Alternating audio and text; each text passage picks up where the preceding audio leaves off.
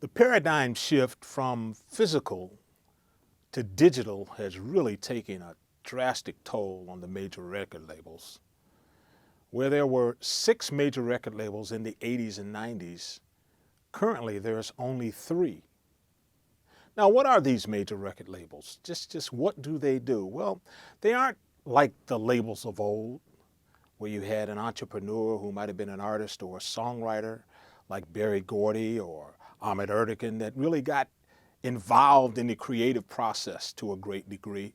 These major labels are really major conglomerates. And their primary job is manufacturing, marketing, and distributing the music through all different platforms. They may not get so involved, to some degree they do, on the creative level. What they have are subsidiary and sub-labels that provide those kind of services. So you have 3 major record labels currently. Sony Music Entertainment, a Japanese concern. Universal Music Group, owned by French conglomerate Vivendi.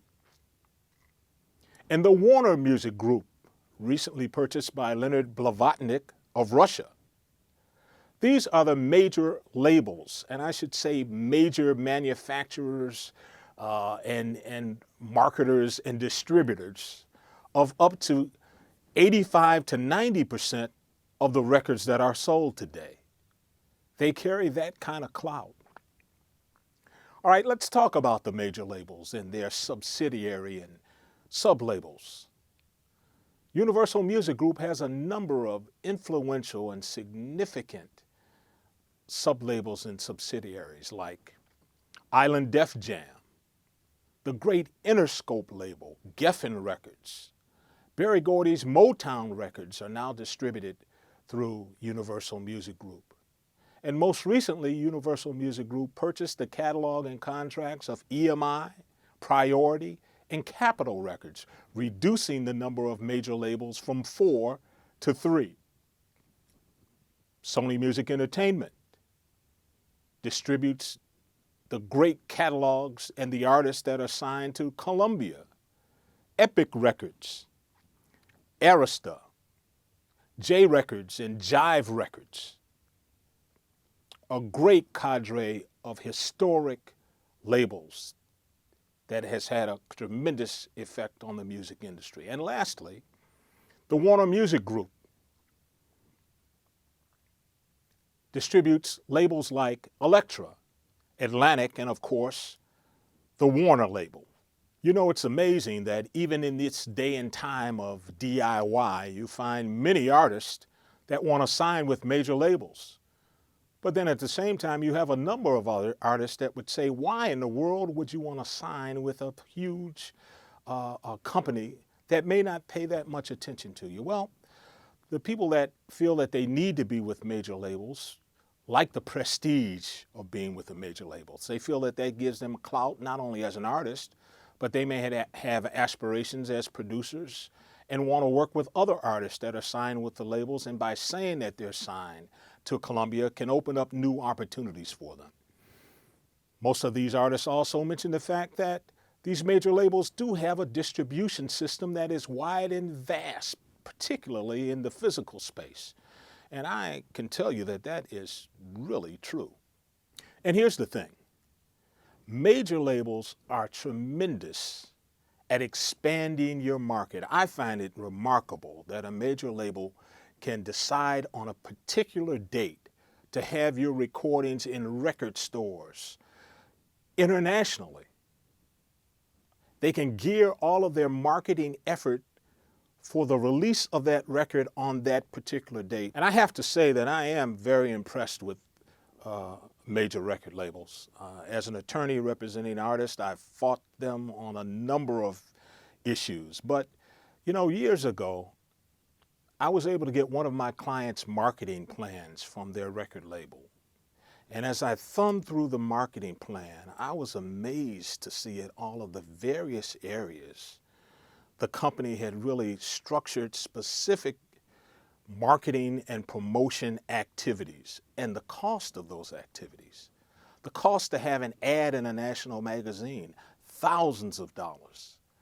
The cost to start an internet fan club or to promote through the internet, thousands of dollars. The cost to pay the expenses of the artist to appear on a nationally or internationally broadcast or televised talk show, thousands of dollars.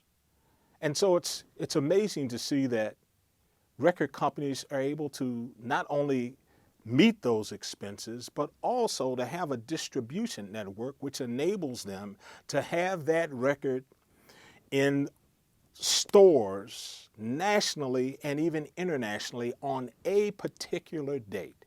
Because as that marketing is focused for that release date, they have the mechanism, and you certainly want your audience who you've targeted that marketing and promotion to be in a position to go into the store and pick up that record on that date. A growing trend in the music world today is for independent labels to start off on an independent distributed basis, and as they build their market, affiliate with major labels solely for distribution. This market has really taken off over the past few years as you've had great new independent labels like Big Machine Records that releases the recordings of Taylor Swift, great bands like Mumford & Sons working with the independent label Glass Note that is now distributed by a major, Vampire Weekend with the Beggars Group. Adele is also affiliated with the Beggars Group and is a tremendous force in the industry. Macklemore and Lewis had their own label that became so popular on their own that they ended up affiliating just for distribution purposes through one of the major labels. So that's a growing area of the industry.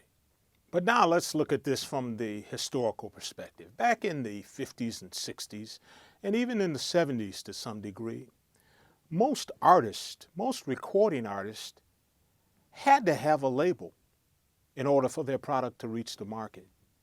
I'm talking about the pre-synth, the pre-drum machine, the pre-sampler age, when you went into a studio as an artist. Usually most artists didn't have the money to afford the cost of studio time, hiring an engineer, paying all of the session players that you needed to put together your recording. Back in those days, you actually had to have a piano player or a keyboardist. You had to have a drummer. I mean, a real drummer, traps. Maybe a bass guitar in the rhythm section, a real guitar in the rhythm section. And then after the basic rhythm tracks were done, you had something that was called, and is still called today, sweetening. Horns and strings. Individual players that played real instruments that had to come in the studio to lay the tracks to complete the recording. In addition to that, most artists didn't have the money to manufacture their records. They relied on the major record labels, not major record labels, but a record label, independent record label at that time as well, to pay for the cost of manufacturing.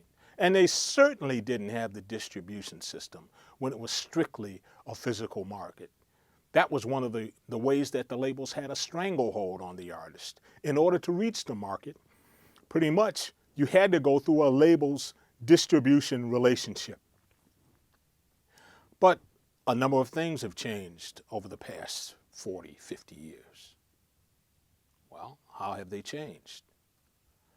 Well, now do you really have to pay recording costs for a studio? Many artists have studios in their bedrooms, in their basements, maybe even in their kitchens or bathrooms. Do you have to have an engineer? A lot of the engineering can be done on your laptop. Do you have to manufacture a CD to be released? No, you can upload the file to SoundCloud or many of the other types of internet outlets that can be used today. What about marketing? Record labels also provided marketing that the artists couldn't afford years ago. Well, the marketing costs have been decreased as a result of social media outlets and creating viral videos, even YouTube, create tremendous, tremendous marketing and promotion for the artist. So in other words, maybe it really isn't necessary to have a record label today.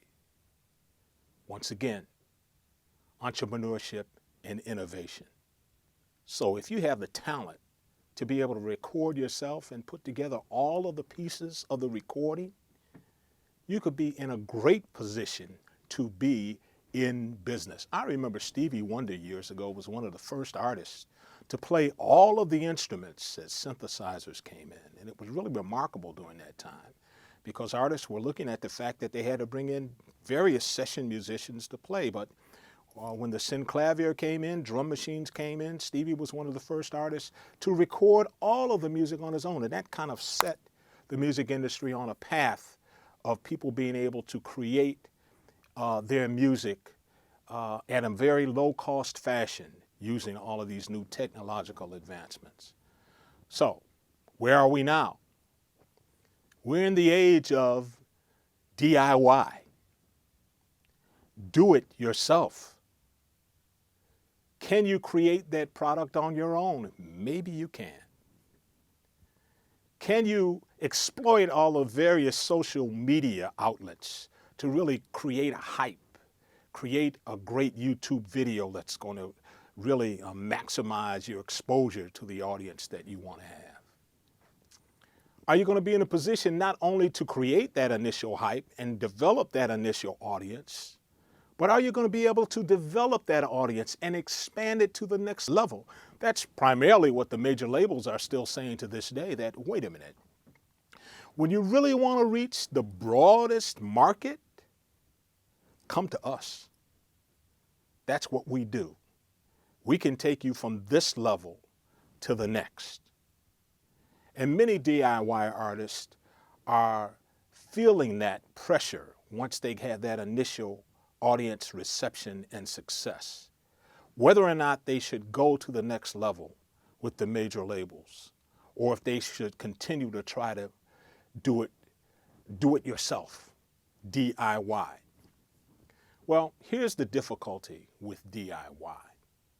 In order for you to get from that one level to the next, I say it's very hard to do it yourself. It's very hard to have a DIY, broad, mass exposure, worldwide exposure. Why?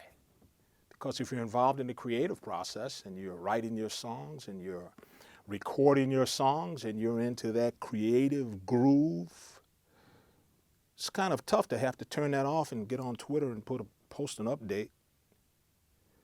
Cut a YouTube video and post that and monitor it to see where it's really trending and whether or not you're trending. It can take away from the creative process. A lot of DIY musicians are now finding and I anticipate DIY artists will get to the point that they're going to find out that they need other people to help them get to that next level. In other words, it's not DIY. It will be DIO. Do it ourselves. And by that I mean they can point to someone who's a music business major and has the business experience to help on the management of what they're doing. They can find someone that's expert in social media and bring them into their team to help them expand their career.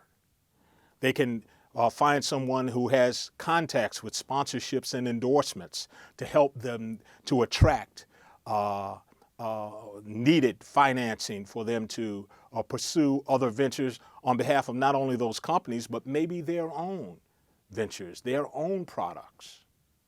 So I think we're moving into a stage of not just DIY. I think we're moving to the new stage of DIO. Do it ourselves. I think it's important for new artists that have the ability to do this to surround themselves with a kind of team of professionals and experts in a vast number of areas to take their music and, most importantly, their business to the next level. You might be an engineer.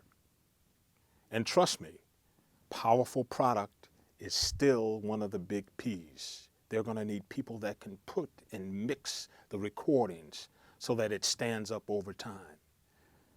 You might be an expert in social media.